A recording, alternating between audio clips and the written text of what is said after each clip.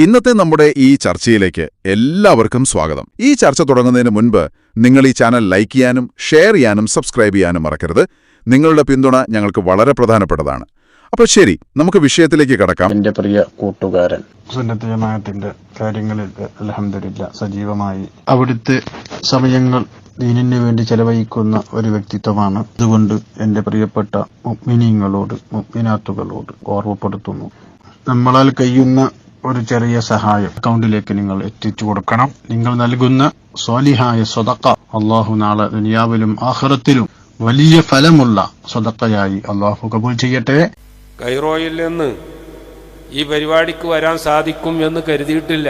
കാരണം എനിക്ക് ഇന്ന് രാവിലെ 7:45 കൈറോ, 12:45 അബുദാബി, പിന്നെ അവിടെ നിന്ന് 2:45 കോഴിക്കോടുക്കുള്ള ഫ്ലൈറ്റാണ്.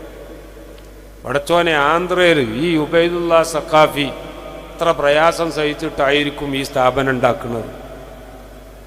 അതുപോലെ ഈ കുട്ടികളെ ഇങ്ങോട്ട് പറഞ്ഞയച്ച കുട്ടികൾക്ക് എത്ര പ്രയാസം ഉണ്ടാവും, അവരെ പറഞ്ഞയച്ച മാതാപിതാക്കൾക്ക് എത്ര പ്രയാസം ഉണ്ടാവും. അതുകൊണ്ട് ഞാൻ ഈ പരിപാടിക്ക് പോകലാണ് ഖൈറെങ്കിൽ എനിക്ക് ടിക്കറ്റ് എളുപ്പമാകണം. ടിക്കറ്റ് ഒരു ദിവസം നേരത്തെ ആക്കാൻ പറഞ്ഞു. ഇന്നുള്ള ടിക്കറ്റ് ഇന്നലെയൊക്കെ ആക്കാം. വളരെ പ്രയാസം അവർ പറഞ്ഞെങ്കിലും, പക്ഷേ ബാബ ഫഖ്റുദ്ദീൻ അലൈഹി റഹ്മത്തു വറിദ്വാൻ അവരെ പേരിലൊരു ഫാത്തിഹ പഠിക്കെ ദുആ കിയ, ടിക്കറ്റ് ചേഞ്ച് ഹോ ഗയ. ഇപ്പോൾ നിങ്ങളുടെ മുന്നിൽ അഭിസംബോധന ചെയ്യാനുള്ള അവസരം അല്ലാഹു തആല കബൂൽ ചെയ്യുമാറാകട്ടെ. ഞാൻ കൂടുതലൊന്നും പറയുന്നില്ല, പറഞ്ഞാൽ ഒരുപാട് സമയം വൈകും. എനിക്ക് 10 മണിക്ക് 10 बजे अभी इधर से बेंगलुरु के लिए रवाना होना, इसलिए ज़्यादा लंबी चौड़ी बात नहीं करता. अच्छा, मैं तर्जमा करना चाहता हूँ हाफिज साहब की जो बात. पता नहीं ये लोग सही समझा है या नहीं समझा. നിങ്ങൾ ബഹുമാനപ്പെട്ട ഹാഫിസ് സാഹിബിൻ്റെ പ്രസംഗം ശരിക്കും മനസ്സിലാക്കിയിട്ടുണ്ടോ എന്ന് എനിക്ക് സംശയം. അതുകൊണ്ട് ഞാൻ തർജമ ചെയ്യാം. ബഹുമാനപ്പെട്ടവർ പറഞ്ഞത്, ഒരു ആലിമും ജാഹിലായ ആബിദും തമ്മിലുള്ള ഫർക്ക്. നമ്മൾ എന്തുകൊണ്ട് ആലിമീങ്ങൾ ഉണ്ടാകണം? വെറും ഇബാദത്ത്, അറിവില്ലാതെ ഇബാദത്ത് ചെയ്തത് കൊണ്ടൊരു കാര്യവുമില്ല. അവർ ശൈത്താന്റെ ആ പിശാചിന്റെ ചതിയിൽ കുടുങ്ങാൻ വളരെ എളുപ്പമാണ്. അതുകൊണ്ട് അറിവില്ലാത്ത ആബിദാകാതെ അറിവുള്ള ആബിദായി ആലിമായി മാറാനാണ് എല്ലാവരും ശ്രദ്ധിക്കേണ്ടത്. സ്വയം ആലിമാകണം, പരമാവധി പഠിക്കണം, മക്കളെ പഠിപ്പിക്കണം. ഇതൊക്കെയാണ് ബഹുമാനപ്പെട്ടവർ ഉപദേശിച്ചത്. ഇബാദത്തുമായി കഴിഞ്ഞുകൂടുന്ന ഒരു ആബിദിൻ്റെ അടുക്കൽ അദ്ദേഹം രാത്രി നല്ല ഉറങ്ങണ സമയത്ത് പിശാച്ച് ഇരുട്ടത്ത് വന്നു. അങ്ങനെ ദസ്തക്കിയ വാതിൽമൽ മുട്ടി. രാത്രി ആബിദ് ഉറങ്ങുക, നല്ല ഇബാദത്ത് ചെയ്തുകൊണ്ടിരിക്കുന്ന ആബിദ് ഉറങ്ങുകയാണ്. ആ സമയത്ത് വാതിലിൽ മുട്ടി. വാതിലിൽ മുട്ടിയപ്പോൾ ആബിദ് ഉണർന്നിട്ട് കോൻ ഹേ എന്ന് ചോദിച്ചു. അപ്പൊ ജവാബ് വന്നു പുറത്തുനിന്നേ. ശൈത്താന് ജവാബ് പറഞ്ഞു, മേ ജിബ്രീൽ അലൈഹിസ്സലാം, ഞാൻ ജിബ്രീലാണ്. എന്താ ജിബ്രീൽ ഈ സമയത്ത് വന്നത്? ഞാൻ നിങ്ങളെ മേറാജിന് കൂട്ടിക്കൊണ്ടുപോകാൻ വേണ്ടി അല്ലാഹു തആല ബുറാക്ക് തന്നയച്ചതാണ് എൻ്റെ അടുത്ത്. നോക്കണം, കേരളത്തിൽ നിന്ന് വന്ന സഹോദരിമാരൊക്കെ ഉണ്ടെ അല്ലോ ശ്രദ്ധിക്കണം. ഇപ്പം അങ്ങനെയൊക്കെ പറഞ്ഞ് ആൾക്കാരെ വഴിതെറ്റിക്കുന്ന ഒരുപാട് ശൈഖന്മാർ, കള്ള ശൈഖന്മാരുണ്ട്. ആ കൂട്ടത്തിൽ ആലിമീങ്ങൾ വരെ കുടുങ്ങണൊരു കാലവും കൂടിയാണ്. എനിക്ക് അദ്ദേഹത്തിൻ്റെ പ്രസംഗം കേട്ടപ്പോൾ വല്ലാത്ത ഇഷ്ടമായി. ഇങ്ങനെ എന്തെങ്കിലും പറഞ്ഞാൽ കുടുങ്ങണേ ആൾക്കാരാണ്. നമ്മളെ ബിരുദമുള്ള കൂട്ടരിൽ വരെ ഉണ്ട് അങ്ങനെ കുടുങ്ങിപ്പോണത്. നല്ലോണം തോർക്കണം, മുന്നിരിക്കുന്ന ഉസ്താദുമാർ പ്രത്യേകം. അതിനാണ് ഞാൻ നല്ലോണം ഇത് തർജ്ജമ ചെയ്യാൻ തന്നെ വെച്ചത്. അതിവിടെ പറയാൻ നല്ല ഒരു പറ്റിയ സംഗതിയാണെന്ന് അദ്ദേഹം പറഞ്ഞപ്പോൾ എനിക്ക് മനസ്സിലായി. അപ്പോൾ കേട്ടോ നിങ്ങൾ സഹോദരിമാർ, കേൾക്കുക. രാത്രി ഉറങ്ങുന്ന ജാഹിലായ ആബിദിൻ്റെ അടുക്കൽ ശൈത്താൻ വന്നിട്ട്, ഞാൻ ജിബ്രീലാണ്. എന്തിനാ വന്നത്? നിങ്ങളെ മേറാജിന് കൊണ്ടുവരണമെന്ന് അള്ള പറഞ്ഞയച്ചിട്ട് ബുറാക്കുമായിട്ട് വന്നതാണ് എന്ന് പറഞ്ഞു. അപ്പം ആബിദ് മനസ്സിലാക്കി, ഞാനിങ്ങനെ ഇബാദത്ത് ചെയ്തപ്പോൾ എനിക്ക് അള്ളാൻ്റെ റസൂലിനെ കാണാൻ കഴിയും, മയിലിൻ്റെ രൂപത്തിൽ അള്ളാൻ്റെ റസൂല് വരും, കുതിരൻ്റെ രൂപത്തിൽ വരും. ഇനി ബുറാക്കുമായിട്ട് അള്ളാൻ്റെ റസൂലിൻ്റെ അടുത്തേക്ക് വന്നതുപോലെ എൻ്റെ അടുത്തേക്ക് വന്നതായിരിക്കും എന്നൊക്കെ ഈ ജാഹിലായ ആബിദ് തെറ്റിദ്ധരിച്ചു. ഇരുട്ടുവാണ്. ഈ കള്ളനായ പിശാച്ച് കൊണ്ടുവന്നതൊരു കഴുതയായിരുന്നു. ഓ ഗതേക്കോലേക്ക് ആയ ബുറാക്കിനെ. लेकिन अंधेरी में ये जाहिल आबिद क्या समझा, मैं उस मकाम पे पहुंचा है अल्लाह सुब्हानो तआला जैसा कि अपने हबीब रसूलुल्लाह को मेराज पे बुलाया उसी जैसे मुझे भी बुला रहे. അങ്ങനെ ഇയാൾ വേഗം കുപ്പായിട്ട് പിശാച്ച് കൊണ്ടുവന്ന കൈതപ്പുറത്ത് കൊണ്ടുപോയി കയറി. പിശാച്ച് ആ ഇരുട്ടിൽ ഇയാളെ കൊണ്ടുപോയിട്ട് ഒരു കാട്ട് കൊണ്ടുപോയി തള്ളി. സുബ്ഹാനല്ലാഹ്, രാത്രി പിന്നൊന്നും കാണാനില്ല. ഇയാൾ തപ്പിപ്പിടിച്ച് അങ്ങോട്ടും ഇങ്ങോട്ടും നടന്ന് എവിടെയുള്ളത്, മേ കഹാഹും മേ കൈസെ ഇധർ പൗഞ്ചാ ജിബ്രീൽ മുझे ക്യോं ഇധർ ജംഗൽ മേ ചോടാ. ഒന്നും അറിയാതെ ഇയാൾ നേരം വെളുപ്പിച്ചു. നേരം വെളുത്തപ്പോഴാ മനസ്സിലായത് ഞാനൊരു കാട്ടിലാണ്, എന്നെ പിശാച്ച് പറ്റിച്ചതാണ് എന്ന് ജാഹിലായ ആബിദിന് മനസ്സിലായത്. എന്നാൽ അതേ ഇബ്ലീസ് ആലിം സാബ് കെ പാസ് ആദി രാത് ഗയ. ഒരു ആലിമിന്റെ അടുക്കൽ നട്ടപ്പാതിരക്ക് ഇതുപോലെ ചെന്ന് വാതിൽമേൽ മുട്ടി. He knocked at his door. ആലിം സാബ് asked who is on my door. അച്ഛാ മേരെ ദർവാസെ പേ കോൻ ഹെ. അപ്പൊ എന്ത് ചെയ്തു അറിയോ? വന്ന പിശാച്ച് പറഞ്ഞു, മേ ജിബ്രീൽ ഹും, I am the messenger, the angel Gabriel. ഞാൻ ജിബ്രീലാണ് എന്ന് പറഞ്ഞു. അച്ഛാ ജിബ്രീൽ എന്താ ഇപ്പൊ ഈ നട്ടപ്പാതിർക്ക് വന്നതെന്ന് ചോദിച്ചു. വേറൊന്നുമല്ല, അള്ള പറഞ്ഞയച്ചതാ എന്നെ ബുറാക്കുമായിട്ട്. നിങ്ങളൊന്ന് മേറാജിന് കൂട്ടി കൊണ്ടുചെല്ലാൻ അള്ള പറഞ്ഞിട്ടുണ്ട്. അള്ളാഹ്ക്ക് നിങ്ങളെ കാണാൻ ഭയങ്കര ഇഷ്ടം. ഇങ്ങനെയാണല്ലോ ഇപ്പൊ ഈ കള്ളത്വരീക്കത്തിന്റെ ശൈഖന്മാരൊക്കെ പറയും, അള്ളാഹ്ക്ക് നിങ്ങളെ ഭയങ്കര ഇഷ്ടമാണ്. മൊയ്തീൻ ശൈഖിന്റെ അടുത്ത് സ്വർണ്ണത്തളിക ഇറക്കി കൊടുത്തിട്ട് നിങ്ങൾക്ക് അള്ള എല്ലാ ഹറാമും ഹലാലാക്കിയിട്ടുണ്ട് എന്ന് പറഞ്ഞേ. പിറാനെ പീർക്കോ ഓ സോനെ के बर्तन उतार दिया शैतान ने, बोले अल्लाह ताला आपके लिए तमाम हराम को हलाल करार दिया. देखो गुमराह करने के लिए शैतान कैसे कैसे सूरत में आता है. आलिम उड़ने चिंतिचू, मेराज मेरे आका के लिए खुसूसी बात. हजरत मूसा अलैहिस्सलातु वस्सलाम, മൂസാ നബി അള്ളാഹിനോട് പറഞ്ഞു, അരിനി അൻദുറിലേക്ക്, പഠിച്ചോനെ എനിക്ക് എന്നൊന്ന് കാണണം, നിന്റെ അടുത്തൊന്ന് വരണം. അള്ളാഹ് പറഞ്ഞു, ഇന്നക ലൻ തറാനി, കാണൂലാന്ന്. പക്ഷേ ബാർ ബാർ ഗുസാരിഷ് കിയാ ബർഗാഹെ അസമത്തെ ഇലാഹ് മേ, അള്ളാഹിനോട് വീണ്ടും വീണ്ടും റിക്വസ്റ്റ് ചെയ്യാ, പഠിച്ചോനെ എനിക്കൊന്ന് കാണണം എന്ന് പറഞ്ഞു. അപ്പൊ അള്ളാഹ് പറഞ്ഞു, നാല് വലാകിൻ ഇൻദുർ ഇലൽ ജബൽ, ആ മലമക്ക് കൂഹെ തൂർ പേതേക്കോ, ആ പർവ്വതത്തുമേ നോക്കാൻ പറഞ്ഞു. ആ പർവ്വതത്തുമ്മൽ ഫലമ്മാ തജല്ലാ റബ്ബുഹു ജഅലഹു ദക്കൻ വഖറ മൂസാ സഇഖാ.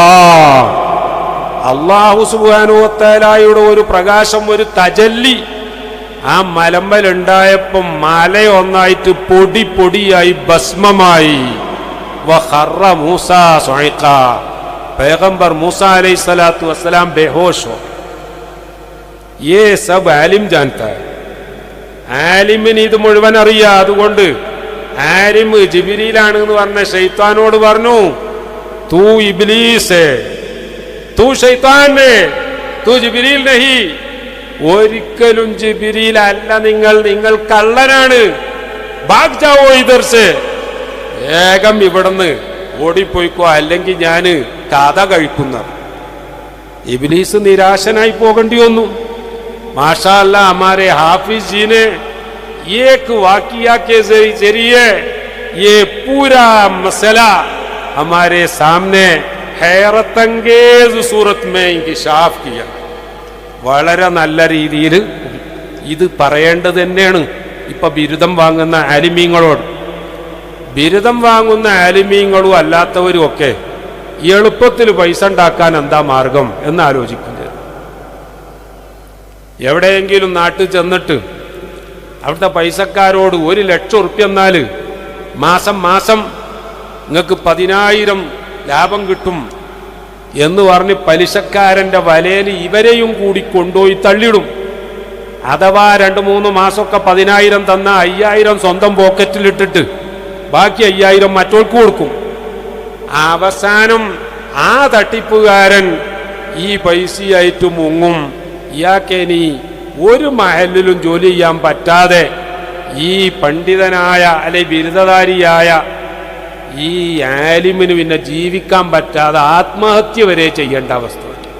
അതുകൊണ്ട് സനത് വാങ്ങിയ പ്രിയപ്പെട്ട പണ്ഡിതന്മാരെ, നിങ്ങളോട് പ്രത്യേകം പറയാനുള്ളത്, നിങ്ങളൊരിക്കലും അങ്ങനത്തെ ഭൗതികമായ താല്പര്യത്തിൻ്റെ പിന്നാലെ പോകരുത്.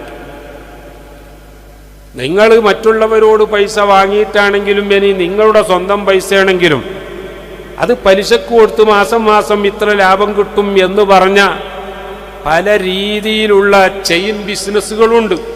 അങ്ങനത്തെ ബിസിനസ്സുകളിലൊന്നും കൂടെ പോകാൻ പാടില്ല. പിന്നെ മറ്റൊരു വഴിയാണ് പൈസ ഉണ്ടാക്കാൻ വേണ്ടി ഷെയ്ഖായി സ്വന്തം ചമയ. അങ്ങനെ അതിന് പറ്റിയൊരു വേഷമൊക്കെ ധരിച്ച് ആൾക്കാരെ പറ്റിച്ച് പൈസ വാങ്ങുക ഒരിക്കലും പാടില്ലാത്ത വിഷയമാണ്. അല്ലാഹു സുബ്ഹാനഹു വ തആലയുടെ ദീനും അത് പറഞ്ഞു കൊടുക്കുന്നതിൻ്റെ പേരിൽ നമ്മൾ ഭൗതികമായ ഒരു താല്പര്യവും കാംക്ഷിക്കാനേ പാടില്ല. ഉല്ലാ അസ്അലുക്കും അലൈഹി അജ്റൻ ഇല്ലൽ മവദ്ദത ഫിൽ ഖുർബാ. ഇതല്ലേ റസൂലുള്ളാഹി സ്വല്ലല്ലാഹു അലൈഹി വസല്ലമ തങ്ങൾ സ്വീകരിച്ച നയവും നിലപാടും എന്ന് പരിശുദ്ധ ഖുർആൻ പറഞ്ഞു. ബാക്കിയുള്ള അമ്പിയാക്കന്മാരൊക്കെ സ്വീകരിച്ച നിലപാടതാണ്. അതുകൊണ്ടല്ലേ നമ്മുടെ ഉലമാക്കള് ശമ്പളത്തിന്റെ പേരിൽ തർക്കിക്കാൻ പാടില്ല. ഒരു മഹലിൽ ജോലിയേറ്റാൽ ഇത്ര ശമ്പളം വേണം എന്ന് പറയാനും പാടില്ല. നമ്മൾ അല്ലാഹു തആലാന്റെ ദീനിന്റെ ഹയാത്തായ ഇൽമു പഠിച്ചത് മറ്റുള്ളവർക്ക് പഠിപ്പിച്ച് ലഅൻ യഹ്ദിയല്ലാഹു ബിക റജുലൻ വാഹിദൻ ഖൈറുൽ ലക മിനദ് ദുനിയ വമാ ഫീഹാ. कम अज कम एक आदमी को हिदायत पाने में हम मदद हो तो पूरी दुनिया हमारे हाथ में आने से ज्यादा अच्छा. ये है हमारे लिए तनख्वाह, हमारे सैलरी वही है. लेकिन मोहल्ला के लोग वो अपनी खुशी में हमारे लिए महीना महीना कोई रकम देता है, कबूल करना वो, लेकिन ये तनख्वाह ज्यादा देना चाहिए, वरना मैं इधर से और कहीं जाऊंगा, ये धमकी नहीं देना. ശമ്പളത്തിന്റെ പേരിൽ വിലപേശാൻ പാടില്ല. ആ മഹല്ലത്ത് ചെന്ന് നമ്മുടെ സാമ്പത്തിക ഭദ്രത ഉറപ്പാക്കുക എന്നതല്ല നമ്മൾ ചെയ്യേണ്ടത്. ആ മഹല്ലത്തിൽ നല്ല ദീനി അന്തരീക്ഷം ഉണ്ടാക്കാൻ, അവിടുത്തെ ആളുകളെ ദീനുമായിട്ട് അടുപ്പിക്കാൻ, അവിടുത്തെ ആളുകളെ സുന്നത്തിയമായത്തിലേക്ക് അടുപ്പിക്കാൻ. അവിടുത്തെ ജനങ്ങളിൽ ലഹരിക്കാരുണ്ടാകും, കള്ളു കുടിക്കുന്നവരുണ്ടാകും, പെണ്ണ് പിടിക്കുന്നവരുണ്ടാകും. ആ നാട്ടുകാരുടെ അത്തരം ദുസ്വഭാവങ്ങളിൽ നിന്നൊക്കെ അവരെ ശുദ്ധീകരിക്കണം. അവരെ നാട്ടിൽ തട്ടിപ്പ് നടത്തുന്നവരുണ്ടാവും, ആ തട്ടിപ്പിനെതിരെ ഹിക്മത്തോടുകൂടി ഇടപെടണം. ആ നിലക്ക് നമ്മൾ നല്ല രീതിയിൽ ദഅവാ പ്രവർത്തനം നടത്തലായിരിക്കണം നമ്മുടെ ലക്ഷ്യം എന്ന് വളരെ ശക്തമായി തന്നെ ഞാൻ നിങ്ങളോട് ആവശ്യപ്പെടുകയാണ്. അൽഹംദുലില്ലാഹ്, നമ്മുടെ കേരളത്തിൽ നമ്മുടെ ഉലമാ, ബഹുമാനപ്പെട്ട സമസ്ത കേരള ജമിയത്തുൽ ഉലമയുടെ ഉലമാ നമ്മുടെ നാട്ടിൽ സുന്നത്തിയമായത്തിന്റെ വിരുദ്ധ ശക്തികളായി ഏതൊക്കെ പാർട്ടികൾ വന്നിട്ടുണ്ടോ ആ പാർട്ടികളൊക്കെ വന്നപ്പോൾ അത് സൂഫിസത്തിന്റെ പേരിലാണെങ്കിലും ത്വരീഖത്തിന്റെ പേരിലാണെങ്കിലും അതല്ലാത്ത വല്ല ബിദഈ പ്രസ്ഥാനങ്ങളാണെങ്കിലും അവിടൊക്കെ ആലിമീങ്ങൾ ആരെയും പേടിക്കാതെ സുന്നത്തിയമായത്ത് പറഞ്ഞതുകൊണ്ടാണ് ലോകത്തെവിടെയുമില്ലാത്ത രീതിയിൽ പ്രിയപ്പെട്ടവരെ ഇന്നും ആ സുന്നത്തിയമായത്തിന്റെ യഥാർത്ഥ രൂപം അവിടെ നിലനിൽക്കുന്നത്. ജിബിരിയിലാണ് എന്ന് പറഞ്ഞവന്റെ ബേക്കിൽ പോകുന്ന ഒരവസ്ഥ ഇന്ന് പല നാടുകളിലുമുണ്ട്. വലിയാണ് എന്ന് പറഞ്ഞ് പോകുന്നവന്റെ കൂടെ കൂടുന്ന അവസ്ഥ ഉണ്ട്. നബിയാണ് എന്ന് പറഞ്ഞു വരുന്നവന്റെ കൂടെ കൂടുന്ന അവസ്ഥയും എല്ലാ നാട്ടിലുണ്ട്. നമ്മളെ നാട്ടിൽ വരെ ഏതാണ്ട് അങ്ങോട്ടൊക്കെ നീങ്ങിപ്പോകുന്ന ഒരവസ്ഥ വരുന്നുണ്ട്. അങ്ങനെ വന്നാൽ ഈ നാട്ടിലൊക്കെ ഉള്ളതുപോലെയാവും ഒരു ദർഗയും അതിൻ്റെ കൂടെ കുറേ ആളിങ്ങനെ കൂടുക എന്ന് മാത്രം ദീനുണ്ടാവൂല. അതുകൊണ്ട് നിങ്ങളോട്, നിങ്ങൾ എവിടെ ജോലി ചെയ്യുന്നവരാണെങ്കിലും നിങ്ങളെപ്പോഴും വേണ്ടത് മറ്റാരുടെയെങ്കിലും പിന്നാലെ കൂടിയിട്ട് ഷെയ്ഖും മുരീദും ആവുകയല്ല. നമ്മൾ ബുഖാരി ഇന്ന് ഖത്മുൽ ബുഖാരി നടത്തി, നമ്മൾ ഖുർആൻ ഓതിയിട്ടുണ്ട്, തഫ്സീർ ഓതിയിട്ടുണ്ട്, ഹദീസ് ഓതിയിട്ടുണ്ട്, ഫിഖ് പഠിച്ചിട്ടുണ്ട്. നമ്മളെ കിതാബിലൊക്കെ പഠിച്ച സുന്നത്തുകൾ നമുക്ക് ചെയ്യാൻ കഴിയുന്നു, ഫർദ് തന്നെ കൃത്യമായിട്ട് ചെയ്യാൻ കഴിയുന്നുണ്ടോ? അപ്പം നമുക്ക് വേറൊരാള് അള്ളാഹിനെ കാണിച്ചു തരാന്നോ, നബിനെ കാണിച്ചു തരാന്നോ, ജിബ്രീലിനെ കാണിച്ചു തരാന്നോ, ബുറാഖുമായിട്ട് വന്നതാണെന്നോ പറഞ്ഞാൽ അതിൻ്റെ പിന്നാലെ കൂടിയാൽ അതിൻ്റെ അർത്ഥം നമ്മളൊന്നും പഠിച്ചിട്ടില്ല എന്നാ. നമ്മൾ പഠിച്ചതനുസരിച്ച്, ഇൽമ് പഠിച്ചതനുസരിച്ച് നമ്മൾ പ്രവർത്തിച്ചാൽ നമുക്ക് അല്ലാഹു സുബ്ഹാനഹു വ തആല കൂടുതൽ ഇൽമ് നമുക്ക് പഠിപ്പിച്ചു തരും. നമ്മുടെ ദുന്യവിയും ഉഖ്റവിയും എല്ലാ ആവശ്യവും അല്ലാഹു വീട്ടി തരും. അതേസമയം ഞാൻ തുടക്കത്തിൽ ഓതി വെച്ച ഹദീസ്, മനിസ്ദാദ ഇൽമൻ, ഇൽമ് നല്ലോണം കൂടിയിട്ടുണ്ട്, എൻസൈക്ലോപീഡിയ ബൻ ഗയാ ഹൈ, ആലിം ബൻ गया है, वलाकिन वलम यज़ददु हुदन, ये इल्म में इजाफा हुई है लेकिन हिदायत में अगर आलिम साहब को इजाफा नहीं हुई है, फलम यज़दद मिन अल्लाह इल्ला बुअदा, वो अल्लाह से दूर दूर जाता है, जाहिल से ज्यादा उसके लिए मुसीबत बन जाता है अपने इल्म. അതുകൊണ്ട് ഇൽമു പഠിച്ചിട്ട് കേട് വന്നാൽ ഇൽമു പഠിക്കാതെ കേട് വന്ന ജാഹിലിനെക്കാളും മോശമാകും. ഉൽജിമ ബി ലിജാമിൻ മിനൻ നാർ എന്ന് ഹദീസിലൊക്കെ പഠിച്ചത് നമ്മൾ കേട്ടിട്ടുണ്ട്. പരിശുദ്ധ ഖുർആൻ തന്നെ പറയുന്നുണ്ട്. എന്താ ഖുർആൻ പറയുന്നത്? ഖുർആൻ വളരെ കൃത്യമായി ലിമ തഖൂലൂന മാ ലാ തഫഅലൂൻ കബറ മഖ്തൻ ഇൻദല്ലാഹ്. മറ്റൊരു സ്ഥലത്ത് أتأمرون الناس بالبر وتنسون أنفسكم وأنتم تتلون الكتاب. പഠിച്ച ആളുകൾ ജാഹിലീങ്ങളെ പോലെ ആയാൽ അതൊരിക്കലും അവർക്ക് ഗുണമാവുകയില്ല, മറിച്ച് കബുറ മഖ്തൻ ഇൻദല്ലാഹ്, അല്ലാഹു തആലാന്റെ ഏറ്റവും വലിയ ഗളബിന്, ദേഷ്യത്തിന് കാരണമാകാൻ ഉള്ള ഒരു നിമിത്തമാണ് ഈ പഠിച്ച ആള് ജാഹിലീങ്ങളെ പോലെ ആവുക എന്നത് എന്നാണ് പ്രിയപ്പെട്ടവരെ ഖുർആൻ തന്നെ പറയുന്നത്. അല്ലാഹു തആല ഇന്നാ നഊദു ബിക മിൻ ഇൽമിൻ ലാ യൻഫഅ, അല്ലാഹു തആല നാഫി അല്ലാത്ത ഇൽമിനെ തൊട്ട് നമ്മളെ കാത്തുരക്ഷിക്കുമാറാണ്. ആ സമസ്തയുടെ ക്ഷിതിപതിയായ ശംസുൽ ഉലമ പറഞ്ഞില്ല, ഞാൻ ജനറൽ സെക്രട്ടറിയായ സമസ്തക്ക് മാത്രമേ ഇവിടെ ദീന് പറയാൻ അധികാരമുള്ളൂ എന്ന് ശംസുൽ ഉലമ എവിടെയും പറഞ്ഞിട്ടില്ല. ശംസുൽ ഉലമ പറഞ്ഞത് എന്താ? ഔലിയാക്കളുണ്ട് ഇവിടെ,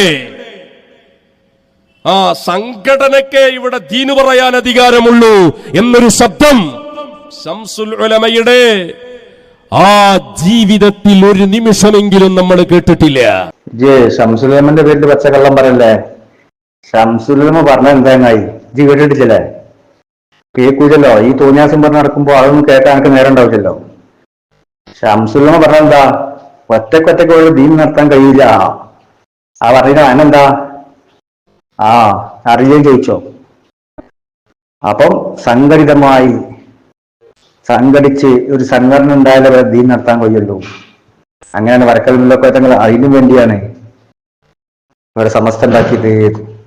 അപ്പൊ സംഘടനക്ക് ദീൻ നടത്താൻ കഴിയുള്ളൂ, അതിനാണ് സമസ്ത ഉണ്ടാക്കിയിരുന്ന ശംസുലമ പഠിപ്പിച്ച്. ആ സംഘടന ഇവരെ ദീനിനെ സംരക്ഷിച്ചത്. എനിക്ക് കാണണോ? കേട്ടോ, കണ്ണു തുറന്ന് കണ്ടോ, കേട്ടോ, ചെവി കൂർപ്പിച്ച് കേട്ടോ, പച്ച കള്ളം പറയരുത് കേട്ടോ.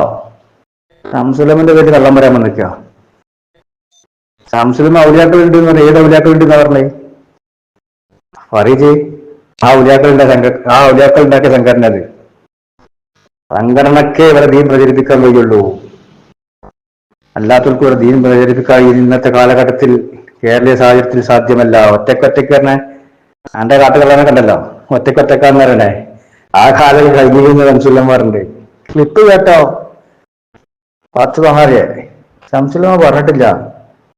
എന്റെ കുഞ്ഞാട് പോയി പറഞ്ഞാൽ മതി. ശംസുലമന്റെ പ്രസംഗം ഒന്നും ഇല്ലടോ എന്റെ ജയ കണ്ടിട്ടില്ല, കാണാൻ പറ്റില്ല. അതിന് കട്ടുപിടിച്ചാൽ ക്ലിപ്പ് മറ്റേവരുണ്ട്. അതിന്റെ കുറച്ചപ്പുറത്ത് കൊണ്ട് കേട്ട് വെച്ചാൽ മതി. ആ പ്രസംഗം അതിലുണ്ടേ, ഇല്ലേ ഞാൻ കെട്ടിച്ചു തരാം. കണ്ടോ? തൊള്ള തുറന്ന മറുപടി ഉണ്ട് പറയും. ഈ ഗ്രൂപ്പിലൊന്ന് പറയടാ ആണത്തണെങ്കിൽ വാട്സപ്പിൽ പറഞ്ഞതിന് മറുപടി പറയും എന്ന് പറഞ്ഞല്ലോ.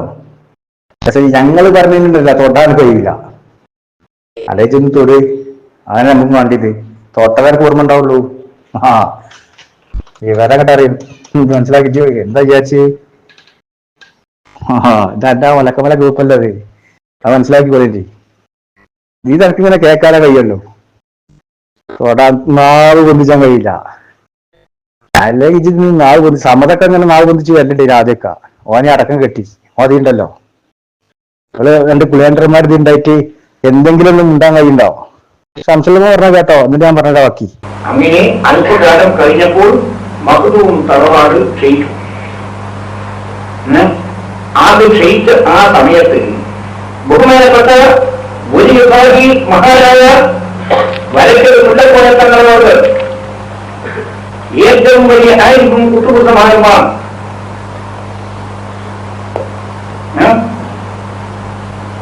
വലിയ ആയിരിക്കാൻ വലിയ വലിയ ഭാഗ്യം താൻ എന്ത് ചെയ്തു എന്നാൽ 70 കൊല്ലം മുമ്പ് താൻ എന്ത് ചെയ്തു? ആ കാലത്തുള്ള മുഴുവൻ സ്വാധീനികളായ അന്യങ്ങളെയും വിളിച്ചുകൂട്ടി. വലിയ ദീർഘദർശനം ഉള്ള ആളാണത്. വിളിച്ചുകൂട്ടിയും കൊണ്ട് പറഞ്ഞു, കേരളത്തിൽ പലതും സംഭവിക്കാൻ പോകുന്നുണ്ട്, പലതും ഇവിടെ സംഭവിക്കാൻ പോകുന്നുണ്ട്. ഇസ്ലാമിനെ സംരക്ഷിക്കേണ്ടത് ഈ രാജ്യത്തിൽ ഉള്ള ആരോഗ്യങ്ങളുടെ ചുമതലയല്ലേ? അത് നിങ്ങളെ കൊണ്ട് ഒറ്റക്ക് വഹിക്കാൻ സാധ്യമല്ല. ഒറ്റക്ക് നിങ്ങൾക്ക് നിർവഹിക്കാൻ സാധ്യമാകുന്നതല്ല. അതുകൊണ്ട് നിങ്ങൾ സംഘടിത രൂപം കൈക്കൊണ്ടുകൊണ്ട് ഒരു സംഘടനയിൽ ആയി നിലകൊള്ളണം എന്ന് മഹാനവറുകൾ ആഹ്വാനം ചെയ്തു. കേരളത്തിലെ ആരോഗ്യങ്ങളോട് രൂപം കൊണ്ടു അന്നുള്ള മഹാന്മാരായ സാഹിത്യങ്ങളെല്ലാം അതിൽ ഉൾപ്പെട്ടിരുന്നു. സന്തോഷഭരിതനായി മഹാനവറുകൾ 1 മണിക്കൂർ സമയം കണ്ണിൽ നിന്ന് കണ്ണുനീരൊഴുക്കിയും കൊണ്ട് ആ സംഘടനക്ക് വേണ്ടിയിട്ട് അതിന്റെ വർഗത്തിന് വേണ്ടിയിട്ട് ആയിരിക്കും എന്നാണ് ചരിത്രം പറയുന്നത്. കേട്ടില്ലേ? ഇസ്ലാമിനെ സംരക്ഷിക്കേണ്ടത് ഈ രാജ്യത്തുള്ള ആലിമീങ്ങളുടെ ചുമതലയല്ലേ? അതുകൊണ്ട് ഒറ്റക്കൊറ്റക്ക് നിങ്ങൾക്ക് അത് നിർവഹിക്കാൻ സാധ്യമല്ല. അതുകൊണ്ട് നിങ്ങൾ സംഘടനയിൽ ഉണ്ടാക്കി സംഘടനയിൽ പ്രവർത്തിക്കണം. നിങ്ങൾ സംഘടനാ രൂപത്തിൽ ഇസ്ലാം പ്രചരിപ്പിക്കണം. സംഘടന ഉണ്ടാക്കിയിട്ട് ഇസ്ലാം പ്രചരിപ്പിക്കണം എന്ന് പഠിപ്പിച്ച ആളാണ് ശംസുൽ ഉലമ. വരക്കൽ മുല്ലക്കോയ തങ്ങളിൽ നിന്ന് എടുത്ത് ഉദ്ധരിക്കാറോ? സംഘടന വേണ്ടാന്നാ പറഞ്ഞേ തന്നെ. ശംസുൽ ഉലമ സംഘടനക്ക് ദീൻ വരാൻ അധികാരമുള്ളൂ എന്നല്ല ശംസുൽ ഉലമ പറഞ്ഞേ. സംഘടനക്കേ കയ്യുള്ളൂ. അപ്പൊ അധികാരം സംഘടനക്ക് ഉണ്ടാവുള്ളൂ, കയ്യിനോൾക്കല്ല അധികാരം ഉണ്ടാവുള്ളൂ. ഒരു പ്രസ്ഥാനത്തിനെ കയ്യുള്ളൂ. ആ പ്രസ്ഥാനമാണ് ഇവിടെ ദീന് പ്രചരിപ്പിക്കേണ്ടത്. അല്ലാതെ ഒറ്റ തെറ്റി എഴുതിയ ആളുകളല്ല എന്നാ പഠിപ്പിക്കേണ്ടത്. എനിക്ക് എന്ത് പറയാണ്ട് ഇനി കേട്ടതിന്റെ ബാക്കി. അവിടെ നമുക്കൊരു ചോദ്യമുണ്ട്. ഇപ്പൊ ശംസുൽ ഉലമയിൽ മാതൃക കണ്ടു വരാൻ കാണല്ലേ? ആണാണെങ്കിൽ എന്റെ ചോദ്യത്തിന് മറുപടി പറയാൻ പറ്റിയൊരു കുരുവട്ടൂർ നിങ്ങളെ കൂട്ടത്തിലുണ്ടെങ്കിൽ ഞാൻ വെല്ലുവിളിക്കുകയാണ്. നിങ്ങൾ പറഞ്ഞ പണി നമ്മൾ എടുക്കും. ശംസുൽ ഉലമ പറയട്ടെ, എന്നിട്ടാ ചോദ്യം. അത് ബയാൻ ചെയ്തു തരാൻ പറ്റിയ ഒരു ആണായി പിറന്ന ഒരാള് നിങ്ങളെ കൂട്ടത്തിലുണ്ടോ? ഗ്രൂപ്പ് ഞാൻ തുറന്നരാ, ഇത് പറയോ? കഴിയില്ല. ആ ശംസുൽ ഉലമ ഇതിന്റെ ബാക്കി പറഞ്ഞ കേട്ടോളി.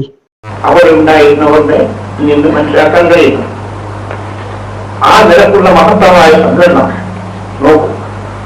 ആ സംഘടന അവിടുത്തെ ദീർഘദേശം ചെയ്ത ക്രമത്തിൽ തന്നെ കേരളത്തിൽ എന്തെല്ലാം ചെയ്തു, എന്തെല്ലാം സേവനങ്ങൾ ചെയ്തു നിങ്ങളൊന്ന് ചിന്തിച്ച് നോക്കണം.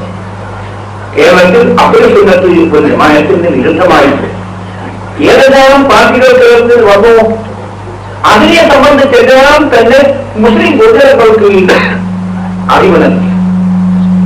അത് സുന്നത്തിൽ ഒരു ജമാഅത്ത് ഇന്നതാണെന്നും അതിൽ അടിവറ്റി നിലകൊള്ളൽ ആവശ്യമാണെന്നും അതിന് സുന്നത്തിൽ ഒരു ജമാഅത്തിന് വിരുദ്ധമായ കക്ഷികൾ ആ കക്ഷികളുടെ നിലപാടിച്ചതാർക്കും മുസ്ലിം പൊതുജനങ്ങൾക്ക് മനസ്സിലാക്കി കൊടുത്തു. ആരാണ് ചെയ്തത്? സമസ്ത കേരളീയ മേൽപ്പുഴയാണ്. മഹാനവറുകൾ പറഞ്ഞ ക്രമത്തിൽ പരിശുദ്ധ ഇസ്ലാമിന്റെ യഥാർത്ഥ രൂപം തള്ളിപ്പറഞ്ഞുകൊണ്ടുള്ള എത്രയോ കള്ളശേഖന്മാരെ കേരളത്തിലാണ്. തനി ഹൈന്ദവ സിദ്ധാന്തവുമായി കേരളത്തിൽ കുറെ കള്ളശേഖന്മാരോ അദ്വൈത സിദ്ധാന്തങ്ങൾ, പുനർജന്മവാദം, ഈ നിലക്കുള്ള സിദ്ധാന്തങ്ങളുമായി കള്ളശേഖന്മാരെ കേരളത്തിൽ വന്നു. ആ കള്ളശേഖന്മാരെ എല്ലാം തന്നെ നിലക്ക് നിർത്താനും അതിന്റെ കൊള്ളത്തരം ജനങ്ങളെ മനസ്സിലാക്കി കൊടുക്കാനും സമസ്ത കേരള ജമിയത്തുൽ നമുക്ക് സാധിക്കും. അതല്ലാതെ സമസ്ത കേരള ജമിയത്തുൽ ഉലമയല്ലാതെ മറ്റൊരു സംഘത്തെയും ആ തരത്തിലുള്ള പ്രവർത്തനങ്ങൾ കേരളത്തിൽ നടത്തിയിട്ടില്ല. ഇനി കുഞ്ഞാമ ഒന്നുകൂടി കേട്ടോ, ശംസുൽ മാതൃക ഉണ്ടെന്ന് നടക്കുന്ന ആളാണോ ജി? ശംസുൽ മദി പറഞ്ഞല്ലോ, പരിശുദ്ധ ഇസ്ലാമിന്റെ യഥാർത്ഥ രൂപം തള്ളിപ്പറഞ്ഞുകൊണ്ട് ഒരുപാട് കള്ളശേഖന്മാർ, വ്യാജസിദ്ധന്മാർ ഇവിടെ വന്നു. ശംസുല്ലമായി പറഞ്ഞ വ്യാജശേഖന്മാർ ആരാണെന്നൊന്ന് പറയാൻ ഉണ്ടാവുമല്ലോ. ശംസുല്ലമ്മ വെറുതെ പറയില്ലല്ലോ, ആ വിലായത്തിന്റെ നാവ് കൊണ്ട് വെറുതെ പറയില്ലല്ലോ.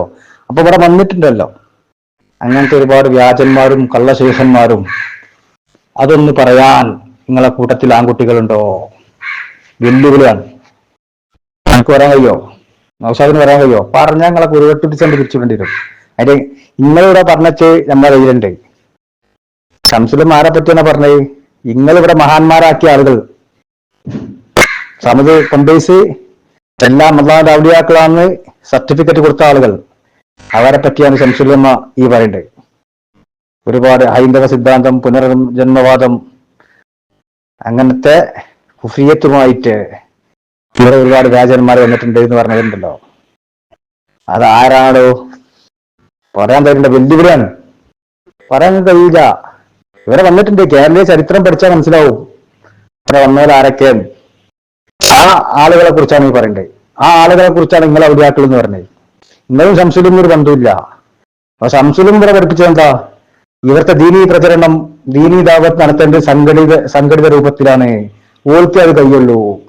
സംഘടിതമായി ആലിമീങ്ങൾ സംഘടിച്ച് ദീനീ ദാവത്ത് നടത്തണം എന്നാ ശംസുലമ പഠിപ്പിച്ചിട്ടില്ലേ? ഈ പച്ചക്കള്ളം പറഞ്ഞതാ കോട്ടക്കന്ന്. ഇനി ഞാൻ എന്നെ വെല്ലുവിളിക്കുന്നു. ഇജ് പറഞ്ഞ രൂപത്തിൽ ശംസുലമ പറഞ്ഞ ഒരു ക്ലിപ്പ് ഉണ്ടെങ്കിൽ കൊണ്ടുപോടൂ, കൊടുന്ന് തീ പോസ്റ്റ് ചെയ്യേ. ഞാൻ പറഞ്ഞ, ഞങ്ങൾ പറഞ്ഞ ആലിമീങ്ങളെ ചുമതലയാണ് ഇസ്ലാമിനെ സംരക്ഷിക്കേണ്ടത്. ആ ആലിമീങ്ങൾ സംഘടിതമായി, ഒറ്റക്കൊറ്റക്ക് ഇവിടെ ഇസ്ലാമിനെ സംരക്ഷിക്കാൻ കഴിയില്ല. അതുകൊണ്ട് സംഘടിതമായി നിലകൊള്ളണം, സംഘടനാ രൂപത്തിൽ പ്രവർത്തിക്കണം. ഓൽക്കതിന് കഴിയുള്ളൂ എന്നാ ശംസുലമന്റെ വാദം.